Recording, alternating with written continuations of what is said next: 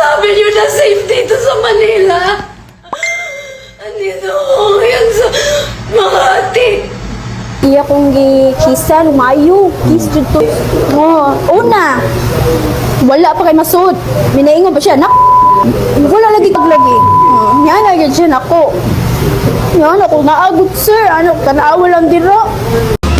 Hinoldap at pinagsamantalahan ng isang babae sa loob mismo ng kanyang sasakyan sa Angeles, Pampanga. Ayon sa biktima, nasa I'm very proud that the Philippines is safer now. It's never happened. The peak of criminality was 2014. Putang yan. Yan yung sinasabi niyo na safe dito sa Manila. Andito ako yan sa Makati. Papunta na dapat ako ng office. In-upload yung office phone ko. Nangihinig ako po. Tangina talaga. Ayan yung sinasabi niyo, safe. Ang dami-daming mga modus operandi. Sumakay ako ng jeep kanina kasi papunta ako ng Senate.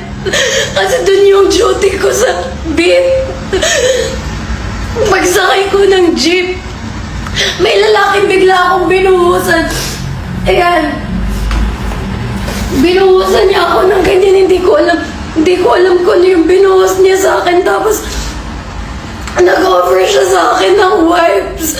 Yung cellphone na office phone, pinatong ko dito sa bag. Pagpatong ko dito sa bag, binigyan niya ako ng wipes. Pagbigay niya sa akin ng wipes, dapat pupunasan ko na kasi nagmamadali nga ako.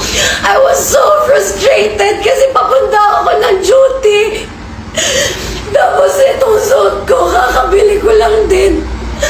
Hindi madali para sa akin yon.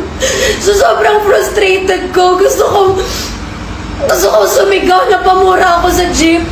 Nag-offer pa siya sa akin ng wipes. Pinunasan ko na. Bigla siyang bumaba dyan sa may De La Rosa na 7-Eleven.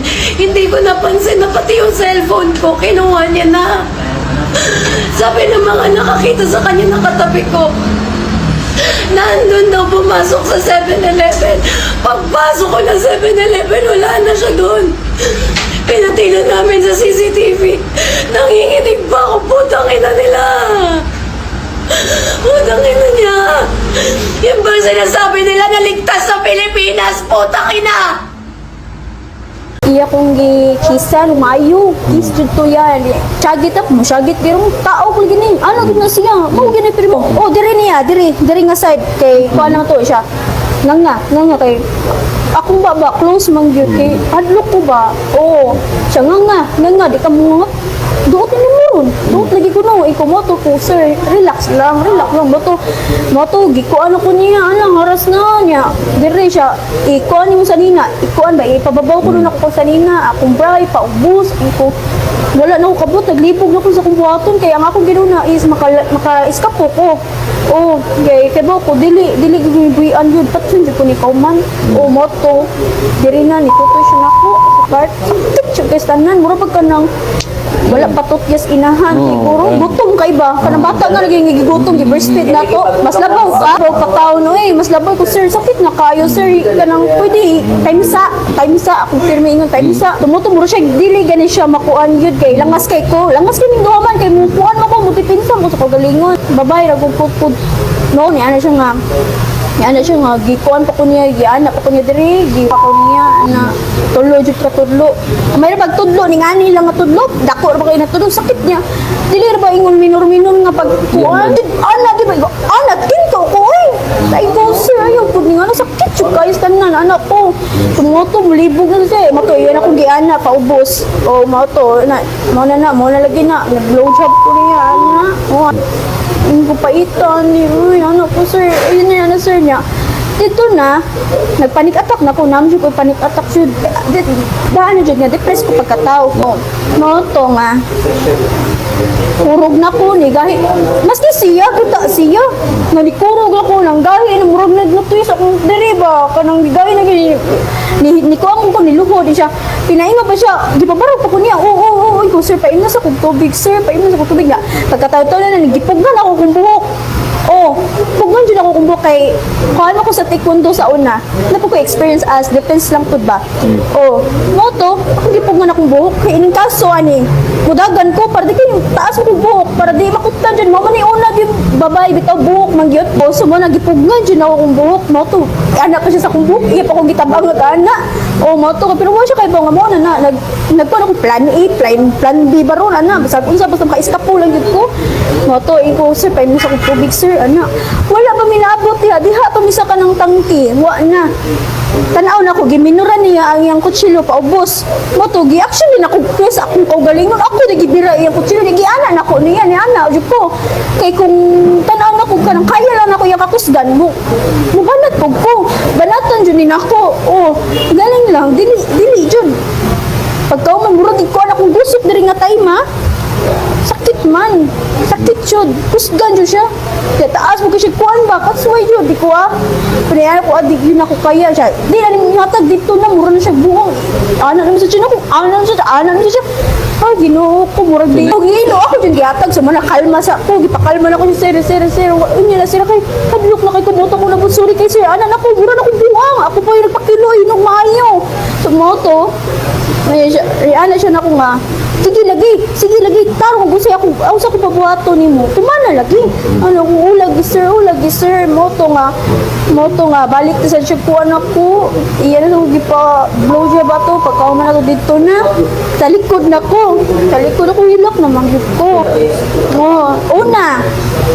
Wala pa kay masud. Minaingon pa siya. Wala lagi lagi. Yan na yun siya nako. Yan ako naagot sir. Ano kanaawa lang dira. Pinamoto nasuhin ko sa sakit ba mo to naanan ako siya sakit mo sir ano. Nato ana siya maayo niya. Naglagot na ako. Pero at least kung naghulo na kasi ko kung nay mo agi manggani maputol. So ang akong giko na to kay muragan di ko katagan kadagan og tarong kung akong short nagkakuan diri. Gihugo na ko kung short og chanilas ako gikuan kay ning kaso mudagan jud ko moto. Siya tanaw ko ni nagububod siya. Di mo siya short. Abi na ko bubuon tanan diri ra man niya gibutang sa may tuhod. So mao to, wa jud maayo niya. Mo to kung pares ni Agi, ningon akong pares. Uy, unsa man na? Pero kung pares ni ana na. Ani ana na sinyas. Ang akong ginoo na akong anak na mo sa sulod. Kani matapod. Oh, ang ako ba safety pud sa akong pamilya kay daghan ni mo.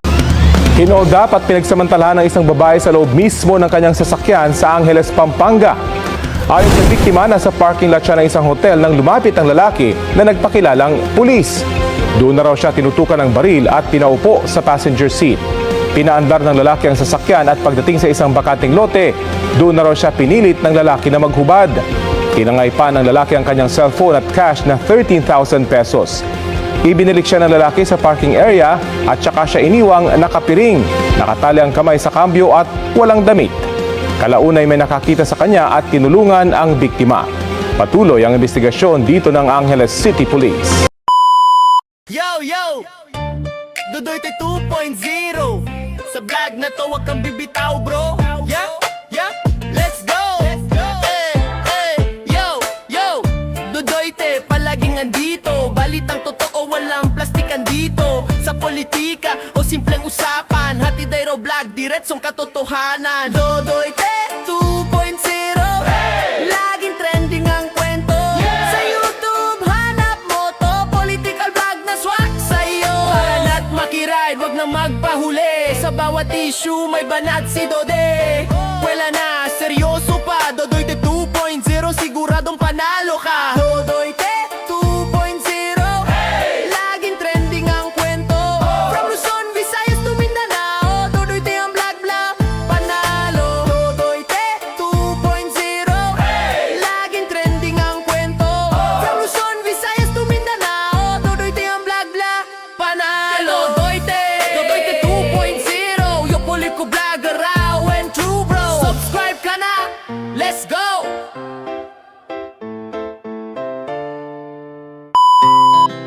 Our hearts beat to the city streets. We began to feel the fire. We rise like